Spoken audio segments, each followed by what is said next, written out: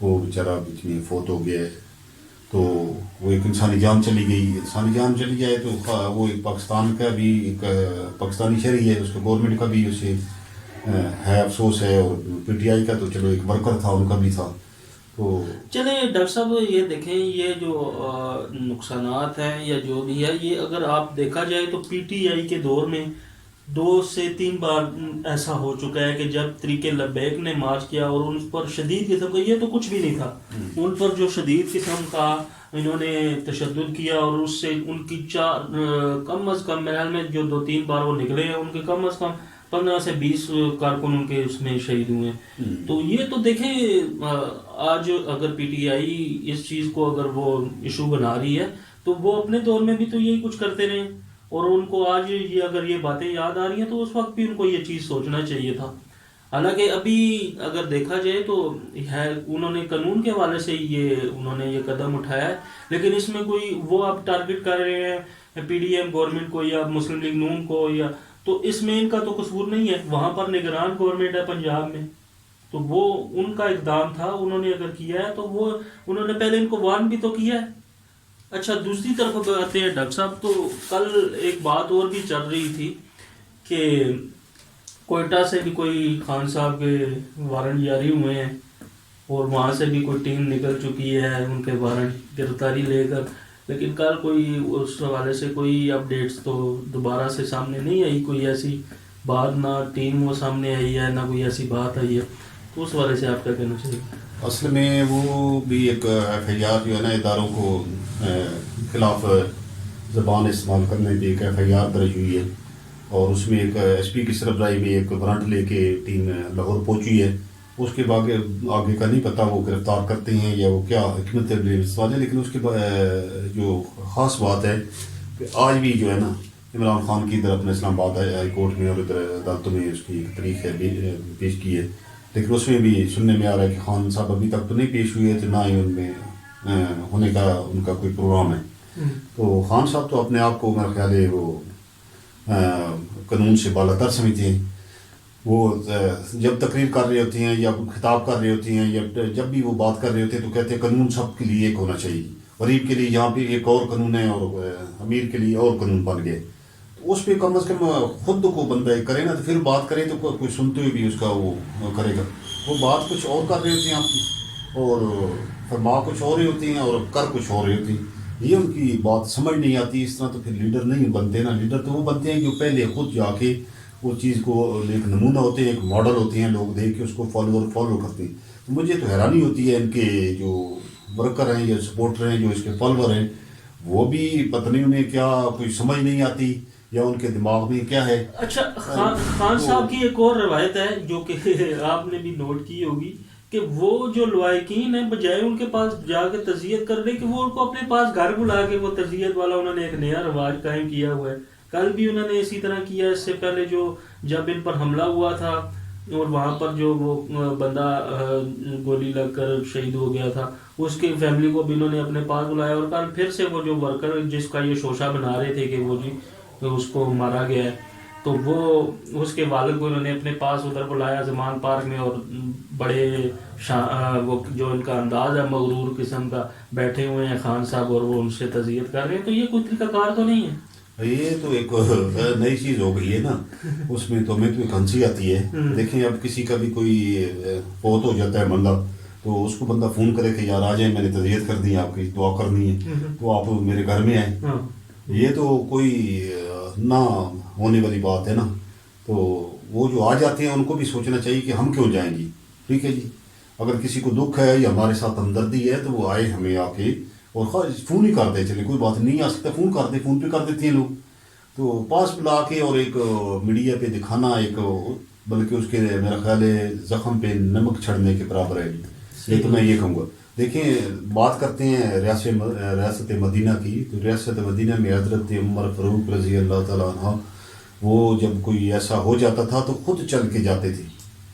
تو آج تک باقی بھی لیڈران جتنے ہوئے ہیں وہ جاتے ہیں اس میں. ہمارے یہ پیچھے دور میں کوئی بھی حادثہ یا واقعہ ہو جاتا تھا تو شہباز شریف بھی گیا ہے, نواز شریف بھی گیا ہے, اس میں باقی دیگر بھی لیڈران جاتے رہتے ہیں, اور کہیں نہیں بھی جاتے لیکن کسی کو یہ نہیں ہوتا کہ پاس بلایا ہو اور آ کے جناب اس میں. جی مجھے یاد پڑتا ہے میاں صاحب جب ان کو نیل کیا گیا تھا تو انہوں نے ایک مارچ کیا تھا جو اسلام آباد سے لاہور وہ مارچ لے کر گئے تھے.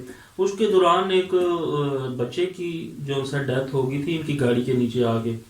تو میاں صاحب وہ خود ان کے گھر پر گئے تھے, ان بچے کی گھر تشریف لے کے گئے تھے اور انہوں نے تعزیت کی تھی. تو دیکھیں یہ چیز تو روایات تو یہی ہیں لیکن خان صاحب ایک نئی روایت ڈالنے کی کوشش کریں. اچھا چھوڑیں اس, یہ تو بحث خیر لمبی ہو جائے گی. تو جو ایک اور امپورٹنٹ سوال ہے اس سے میں آپ وہ کرنا چاہوں گا آپ سے کہ وہ جو آج کل ایک اور خبر چل رہی تھی کہ محمد خان بٹی جو کہ وزیر اعلیٰ صاحب کا پرویز الہی صاحب کے سیکٹری رہ چکے ہیں اسمبلی کے, تو ان کا وہ فرنٹ مین بھی ہیں ان کے حوالے سے بڑے انکشافات سامنے آ رہے ہیں. تو اس حوالے سے میں ایک نئی وہ بات کرنا چاہوں گا کہ جس طرح سے نجم سیٹھی صاحب کہتے ہیں کہ میری چڑیا کی خبر ہے, تو آپ کی چڑیا کی کیا خبر ہے اس حوالے سے؟ دیکھیں جی یہ تو بڑی آپ نے اچھی بات کی. ہماری چڑیا دیکھیں جی ہماری جو چڑیا ہے جو ہماری جو معلومات ہیں ٹھیک ہے اس میں محمد خان بٹی صاحب ایک کا بڑا لمبا سفر ہے جو اس نے طے کیا نا. وہ ایک کلاس 4-6 کے اپنا 6 کے وہ 7 کے میرا گریڈ 7 میں بھرتی ہوئے اور پھر آگے جا کے ایک سیکٹری پروویژنل اسمبلی جو صوبائی اسمبلی کے سیکٹری تک وہ گئے.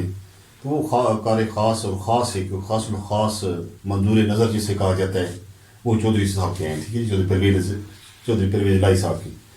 تو اس سلسلے میں ان کو ساتھ کوئی کافی انکوائری ان کی ہوئی ہے انٹرنل طور پہ, اور اب وہ چیزیں سامنے آئیں گی لیکن وہ ابھی ہم نہیں کرنا چاہتے اس لیے کہ وہ بات غلط ہو جائے گی نا.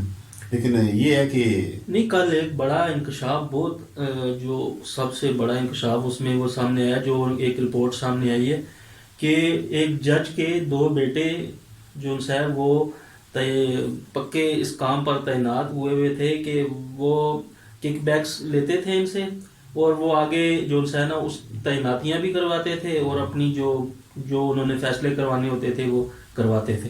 تو یہ تو دیکھیں ڈاکٹر صاحب یہ تو ایک بہت بڑا جو ہے نا ایسا ہی خبر ہے کہ جس سے بونچال ایک قسم کا پیدا ہو جاتا ہے. اصل میں بونچال تو جی ڈاکٹر صاحب پچھلے جو 3-4 سال گزرے ہیں نا اس میں تو جس جگہ پہ بھی نظر ڈالیں تو بونچال ہی نظر آئیں گے نا. تو یہ بھی ایک بونچال ہی ہے. تو آنے والے وقتوں میں اور مزید چیزیں آئیں گی اور کلیئر ہوں گی, ہر چیز سامنے آ جائے گی. لیکن پھر بھی لوگوں کا مجھے وہ نہیں پتہ چلتا, ان کی سمجھ نہیں آتی لوگوں کی کہ یہ کیا پھر بھی اسی طرف ایک اس کو ایک ہیرو بنا کے پیش کیے ہوا ہے جس نے ملک کے لیے 3-4 سال اس نے کیا کیا ہے عمران خان نے. باسوائے جو ہے نا اپنا خالی وہ ہٹ درمی کے اور ان کو جیلوں میں ڈالنے کے, ان کو عوام میں ان کے کیا فائدہ ہے مجھے بتائیں. لوگوں کو اس میں کیا نظر آ رہا ہے, وہ ادھر کھڑے اس کے نعرے لگا رہے ہیں. تو یہ بھی ایک سوالیہ نشان ہے ہمارے عوام پہ. تو اللہ تعالیٰ کا ایک فرمان ہے کہ جیسے حکمران عوام ہوگی ایسے حکمران ان پہ مسلط کیے جائیں گے. تو آپ جیسے یا کچھ چند ایک لوگ ایسے ہیں جو اس چیز کو سمجھتے ہیں اور فکر رکھتے ہیں, لیکن اکثریت جو ہے نا اس طرح کے وہ جو آج کل کی نسل ہے جو جیسے بھی ہیں وہ کھڑے ادھر ڈنڈے لے کے اور جان مرنے کے لیے اور مر رہے ہیں اور لاٹھیاں کھا رہے ہیں. تو کس کے لیے کیا کیا عمران خان نے, کہاں گئے 50 لاکھ گھر اور کدھر گئی وہ 2 کروڑ کے 5 کروڑ نوکریاں جو دعویٰ کرتے تھے, کدھر گیا جناب وہ ریاست مدینہ, کیا کچھ ہوا.